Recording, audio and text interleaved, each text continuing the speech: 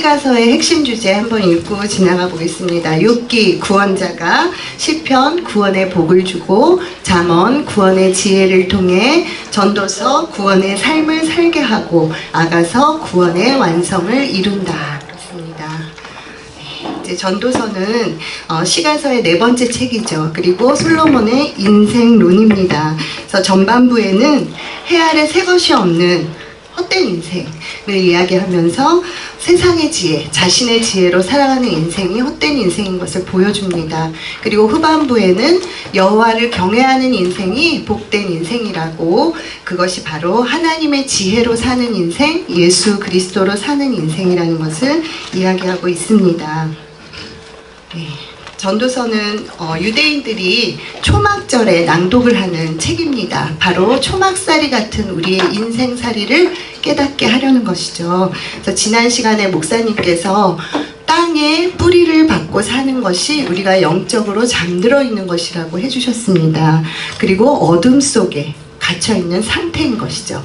그러면 그 반대는 어디에 뿌리를 내려야 한다고 했죠? 네, 하늘입니다. 그래서 하늘에 뿌리를 내리는 상태는 영적으로 깨어있는 상태, 그리고 빛 가운데 있는 상태라고 할 수 있는데, 솔로몬은 땅에 뿌리를 박는 어둠 속에 있었던 자신을 깨닫게 됐기 때문에 인생이 헛되다라는 걸 알게 된 것입니다. 그러면서 자신이 그 헛된 것에 뿌리를 내리고 있음을 깨닫고 진정한 복이 무엇인지 깨달은 것을 적은 것이 바로 전도서인 것이죠.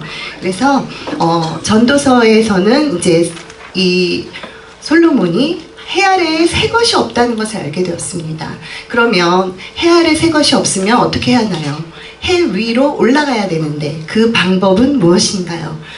바로 해 위에서 오신 분, 예수 그리스도를 우리가 만나면 됩니다. 그런데 우리가 예수님 그분 안으로 들어가는 것이죠. 바로 요 밑에 적혀있는 고린도후서 5장 17절의 말씀처럼 누구든지 그리스도 안에 있으면 새로운 피조물이라. 이전 것은 지나갔으니 보라 새 것이 되었도다 하는 것입니다. 바로 우리가 예수 그리스도 그분 안으로 들어갈 때 해 위로 올라가는 것과 같은 의미가 되면서 우리는 거듭난 인생을 살게 되는 것이죠. 그래서 이렇게 다시 태어난 자는 헛되게 살지 아니하고 복된 인생을 살게 된다. 그 결론이 바로 하나님을 경외하는 것이다 라고 전도서는 인생의 목적을 얘기하고 있는 것입니다. 그래서 솔로몬은 세상이 주는 모든 것을 가졌고 누렸습니다. 바로 부귀영화를 누렸는데도 불구하고 헛되다는 것을 말한 것은 하나님이 인생에게 영원을 사모하는 마음을 주셔서 그 영원이 채워지지 않으면 무엇으로도 만족할 수 없는 존재로 우리를 창조하셨다는 그 진리를 솔로몬이 깨달은 것이죠. 그래서 우리도 이 영원을 갖지 못하면 우리도 헛되고 헛된 인생으로 이 영원은 오직 예수 그리스도로만 채울 수 있는 것입니다. 네, 세상에서는 공술의 공수거를 얘기합니다. 빈손으로 왔다가 빈손으로 가는 인생이라는 것이죠. 그런데 사실은 그렇지가 않습니다. 빈손으로 오지 않고 우리는 죄를 가지고 옵니다. 그렇기 때문에 죄의 심내, 죄의 마음을 가지고 이 땅에 왔다가 예수를 만남으로 의의 마음을 가지고 가는, 죄인으로 와서 의인으로 가는 복된 인생을 살게 되는 것입니다. 아멘이시죠? 그리고 이제 이어지는 아가서는요, 솔로몬의 노래 중에 노래, 술람미 여인과 솔로몬의 사랑 이야기를 통해서 하나님과 하나님의 백성, 교회와 그리스도의 사랑의 관계를 나타내는 책이 되겠습니다. 그래서 전반부는 구원의 입맞춤으로 시작된 첫사랑의 이야기를 담고 있습니다. 이 입맞춤이라는 형태는 사랑의 행위인데, 그것을 통해서 구원이라는 것이 하나님의 사랑의 근거가 돼서 입맞춤처럼 그렇게 시작되는 것이라는 것을 보여주고 있습니다. 그리고 후반부에서는 순결한 사랑으로 그 사랑이 완성되는 것을 나타내주고 있습니다. 네, 사랑이라는 것은 상호 관계적인 개념이죠. 그래서 하나님과 사람의 관계 속에서의 사랑을 이야기합니다. 그러나 사랑은 하나님이 먼저 우리를 사랑하신 사랑으로 시작됐습니다. 마치 짝사랑처럼 그렇게 시작이 되죠. 그런데 결국은 어떻게 되나요?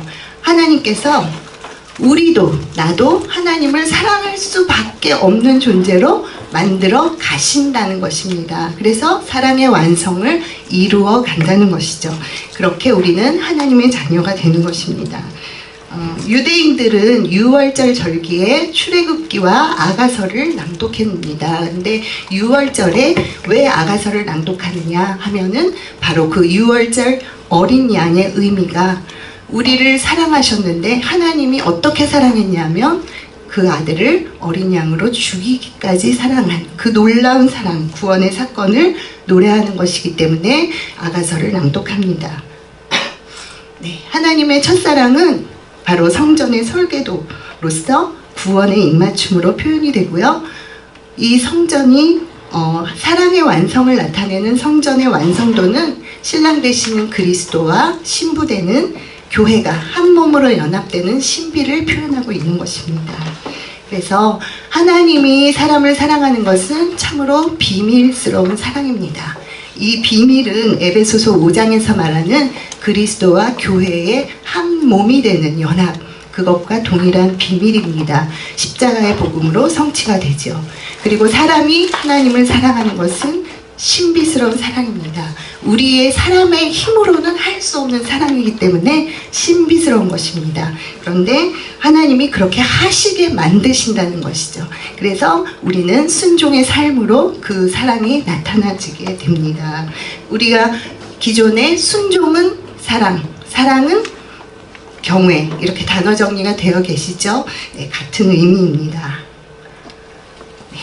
이렇게 5권의 시가서가 이제 끝나고 선지서로 넘어가는 길목입니다. 그래서 선지서는 구약의 역사서 17권, 한쪽 팔, 기억하시죠? 선지서 17권, 또 한쪽 팔, 양 날개를 이루고 몸통은 5권의 시가서입니다. 그런데 역사서 이 17권의 앞에 5권이 모세오경이죠. 선지서의 5권은 대선지서. 똑같이 이 5권은 총론에 해당됩니다. 이 총론들이 이 12권의 강론을 이끌어가는 것이죠. 특별히 선지서, 대선지서 5권 중에 이사야서는 가장 복음의 핵심을 담고 나머지 선지서를 끌어가는 견인차의 역할을 합니다. 그리고 이 구원 역사, 구속 역사의 역사서에 대한 해설서가 바로 선지서가 되겠습니다. 그리고 선지서는 여기 참고 구절에 나와 있듯이 전체 선지서의 주제는 말하고자 하는 것은 복음입니다. 예수 그리스도를 설명하고 있습니다. 그리고 구약의 선지서는 신약의 서신서에 해당이 됩니다. 안 넘어가죠? 안 넘어갑니다.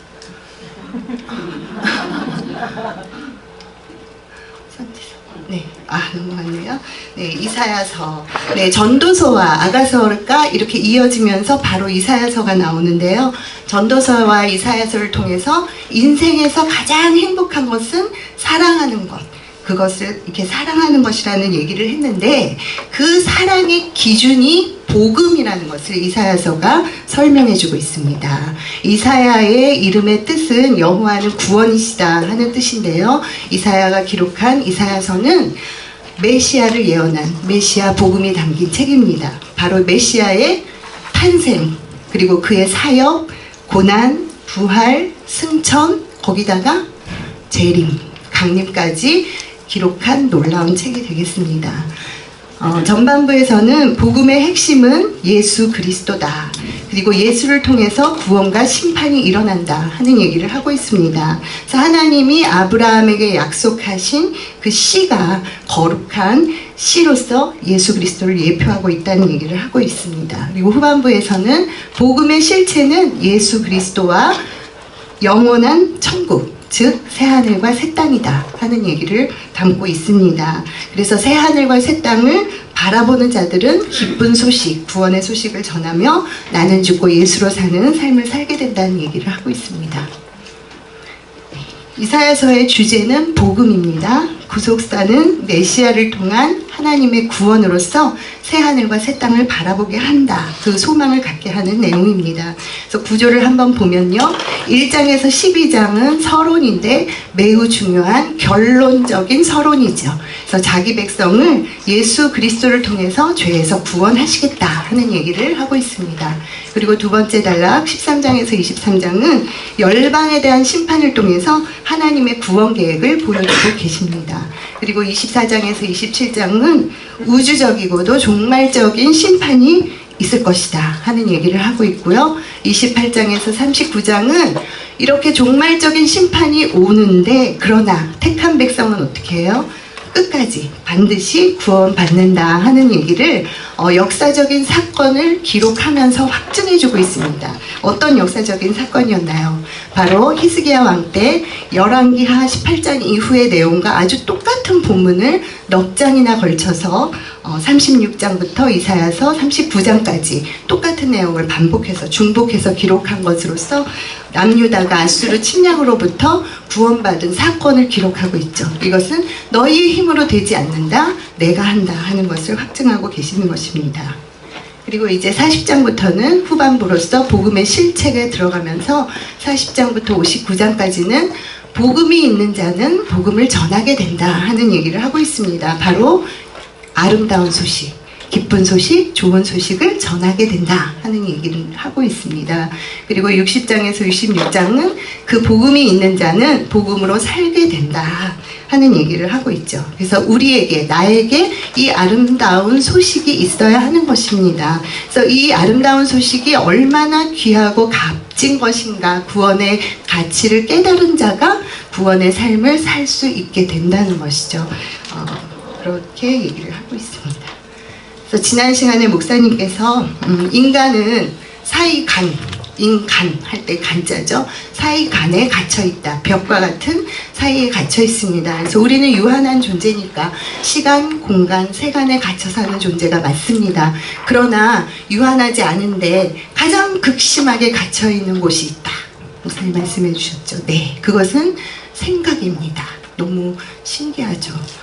유한하지 않은데 가장 심하게 갇혀 있습니다. 그래서 우리의 생각, 자기 생각에 갇혀 있는 나, 그것을 볼 때 정말 통제할 수밖에 없는데요.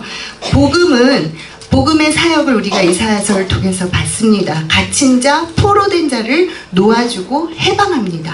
그래서 우리가 말씀 읽기를 통해서 참으로 이 놀라운 자유의 은혜를 맛봐서 복음의 능력으로 생각에서 갇힌 것에서 자유하셔서 정말 그리스도의 복음으로 아름다운 소식을 전하는 저와 여러분이 다 되게 되실 줄로 믿습니다. 아멘.